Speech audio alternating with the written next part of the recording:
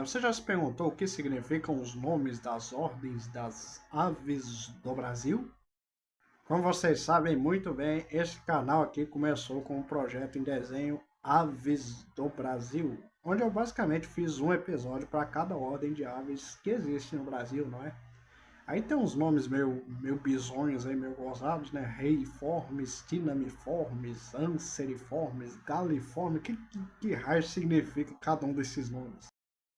É isso que nós vamos descobrir no vídeo de hoje. E esse vídeo é a sugestão de um inscrito. Olha só, para vocês que acham que eu não ouço as sugestões dos inscritos, olha aqui uma sugestão do inscrito sendo gravada aí, ó. Mais especificamente, esse vídeo foi idealizado pelo inscrito Matheus Clímaco. Então, um grande abraço para você.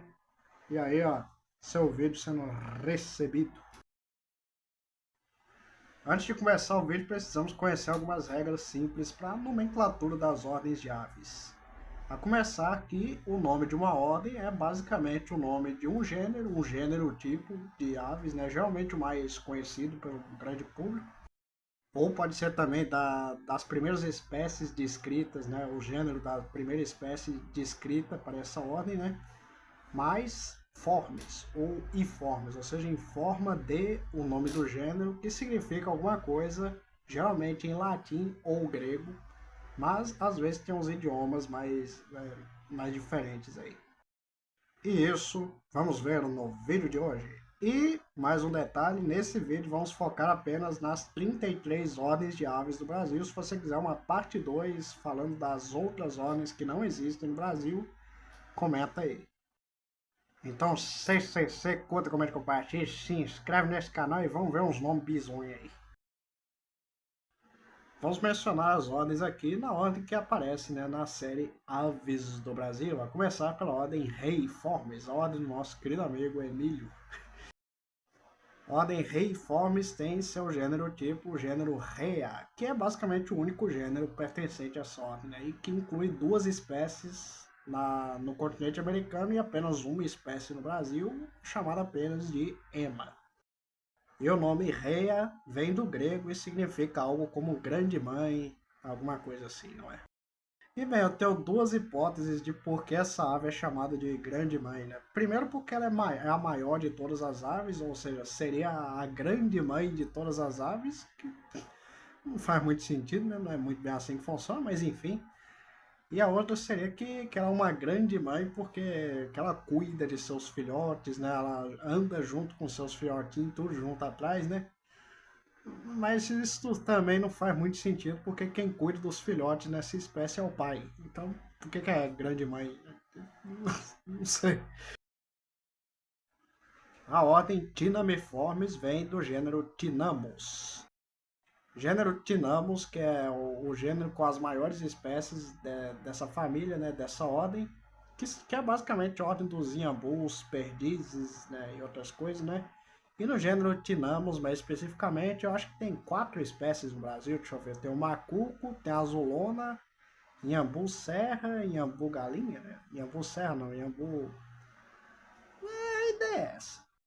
Inclusive eu já fiz um vídeo sobre os tinamídeos do Brasil, fica o link aí se eu lembrar de colocar.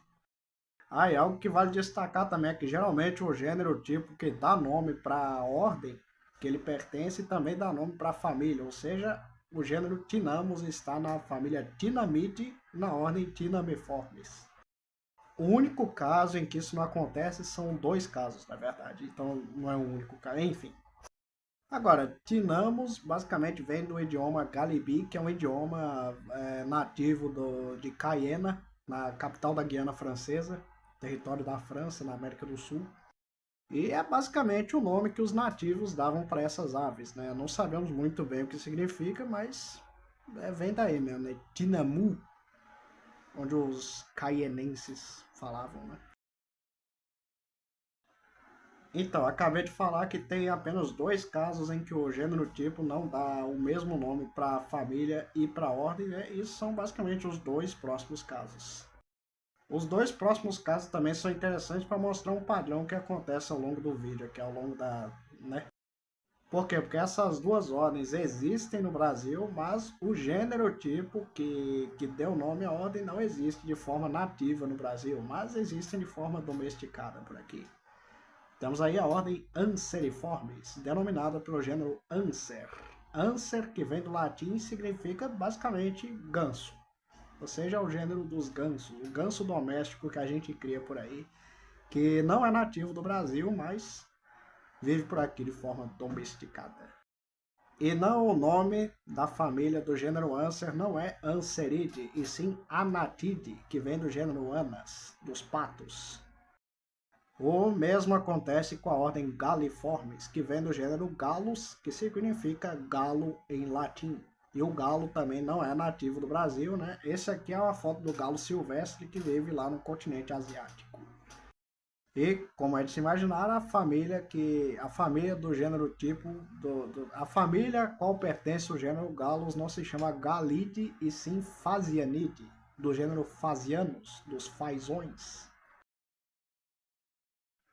A ordem Phenicopteriformes vem do gênero Phenicopteros, que significa basicamente ave com asas vermelhas em grego. Esse gênero também existe no Brasil, acho que é representado por apenas uma espécie, chamada de flamingo comum, né, o flamingo do Caribe, alguma coisa assim, né? Que no Brasil está restrito à costa norte brasileira, vivendo principalmente na costa do Amapá. A ordem Podicipediformes vem do gênero Podiceps, que significa basicamente pés no ânus, em latim. E se você ainda está preso na quinta série e deu uma risadinha de canto de boca só de ler essa palavra aí, ó, rapaz, isso é uma parte do corpo, estamos discutindo biologia aqui, não falando besteira, tá?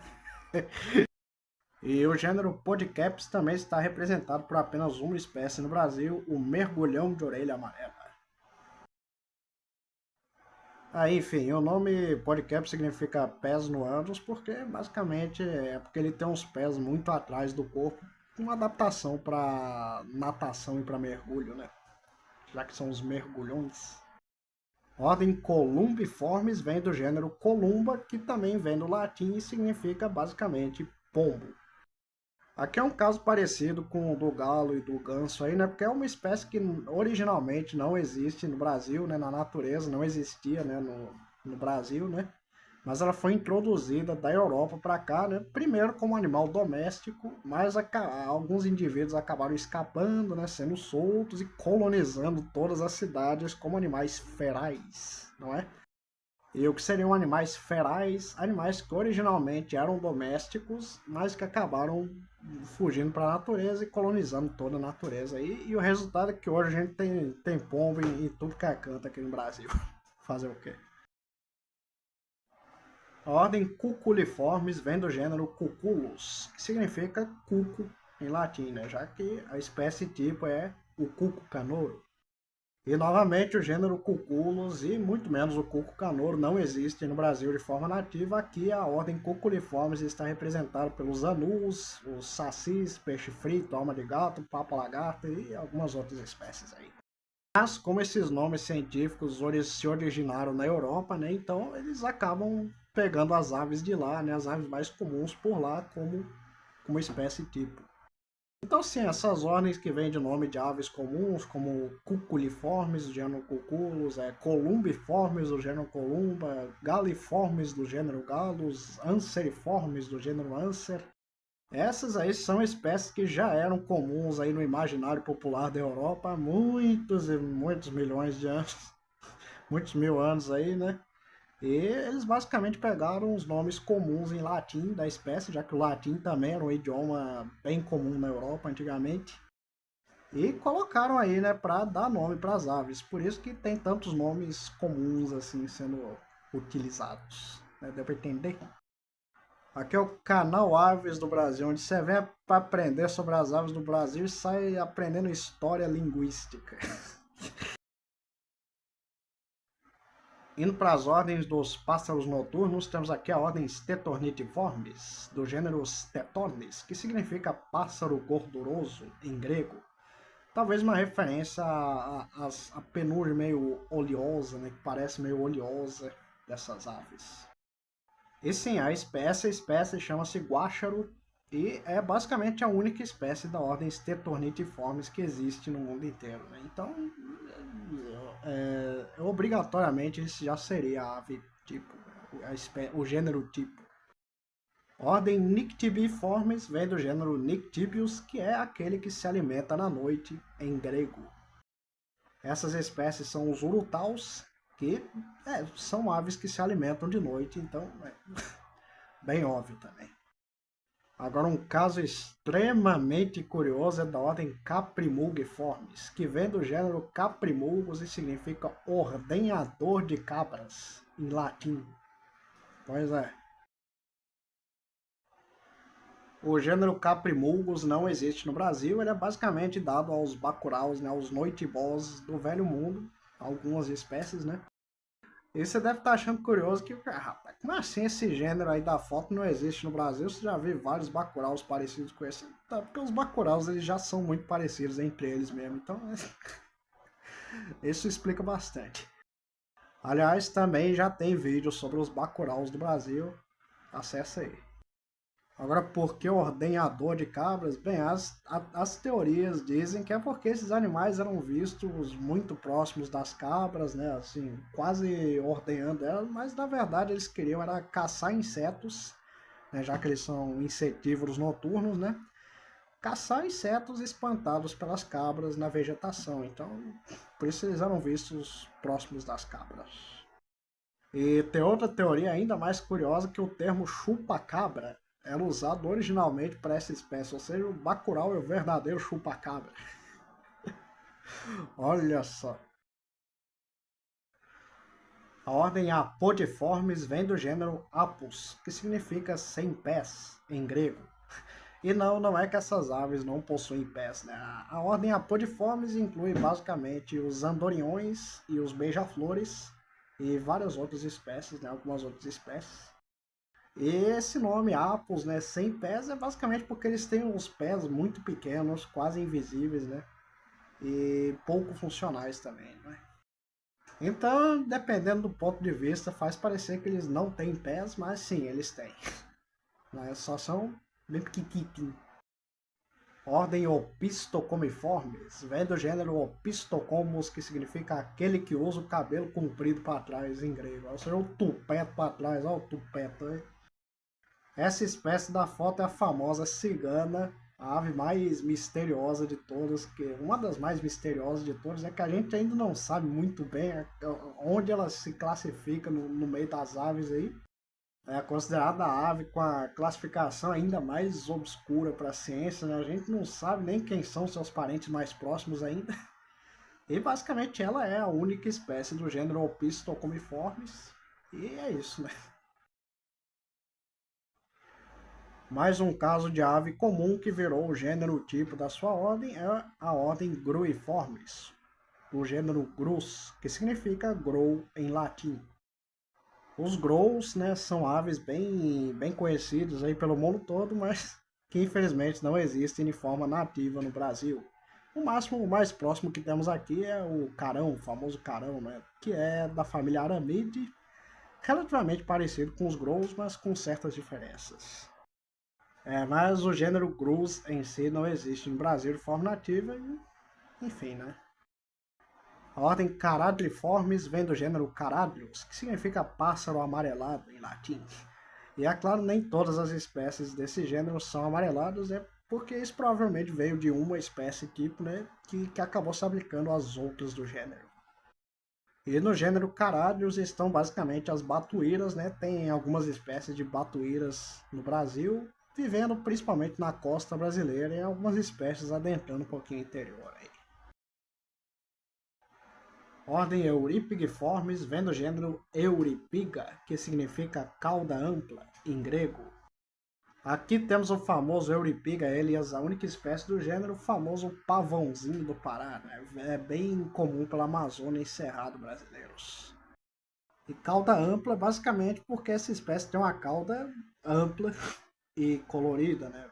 Tanto que essa espécie também é chamada de pássaro-sol. E sim, essa é a única espécie da ordem no Brasil, mas também existe o cagu, que é uma ave que vive lá na Nova Caledônia, eu acho. Que bem, é do mesmo grupo, né? Ordem Fetontiformes, vem do gênero Feton, que significa sol brilhante em grego. Aqui são os famosos rabos de palha, que são representados, acho que por 3 espécies no Brasil e no mundo todo também, não é?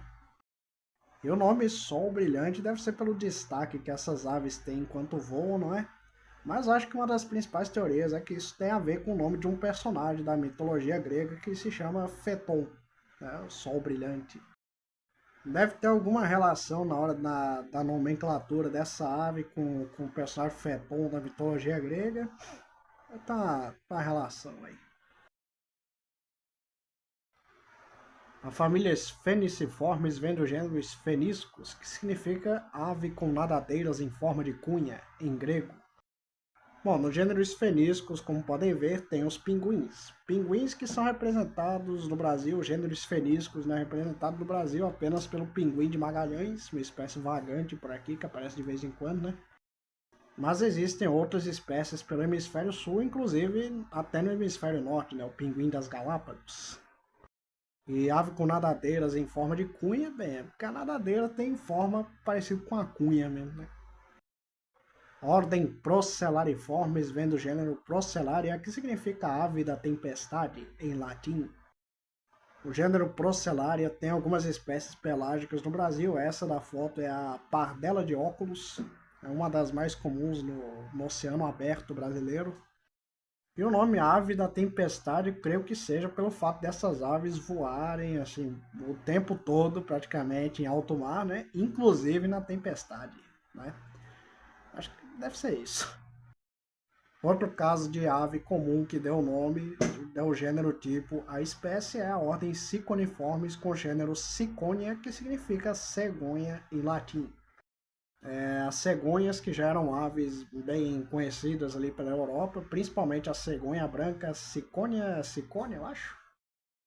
Mas que no Brasil está representada por uma espécie, o maguari, a Ciconia maguari, que é essa aí da foto aí, ó. Mais um caso de ave comum que deu nome a uma ordem é a ordem Suliformes com gênero Sula, que significa ganso-patola em norueguês. Veja só, um idioma diferente aqui. Eu acho que isso está muito legal dos habitantes da Noruega, né? Provavelmente os vikings que viam bastante essas aves e a nomeavam de Sula. E para nós significa ganso-patola ou atobá, que é o nome mais comum no Brasil, não é? Outro caso de ave comum que dá nome para a ordem é a ordem Pelecaniformes, com o gênero Pelecanus, que significa pelicano, em grego. Dessa vez é em grego, veja só. Os pelicanos, eles são aves relativamente comuns em partes do litoral mundial. No Brasil, eles já não são tão comuns assim, embora tenhamos uma espécie aqui, que é o pelicano pardo, né? O Pelicanus occidentalis.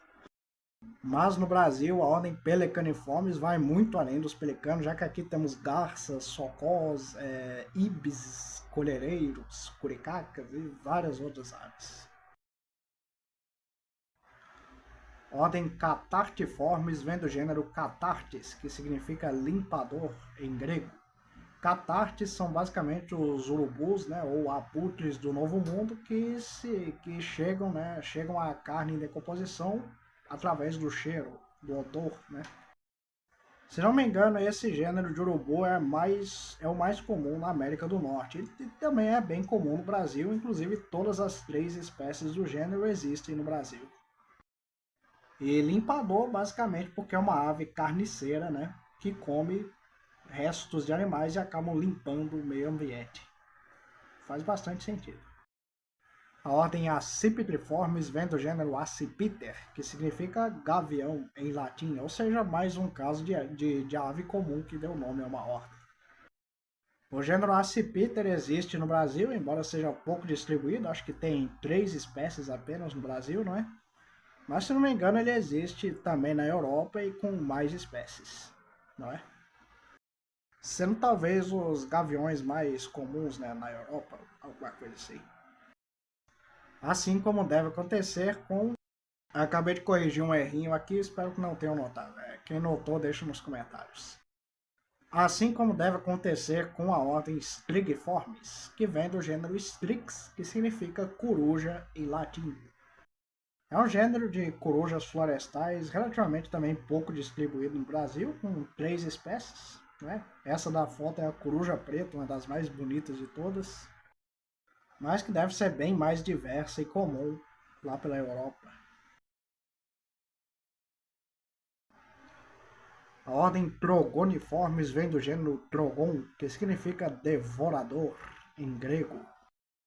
Os trogons são basicamente os nossos surucuás, umas aves bem coloridas de nossas florestas tropicais.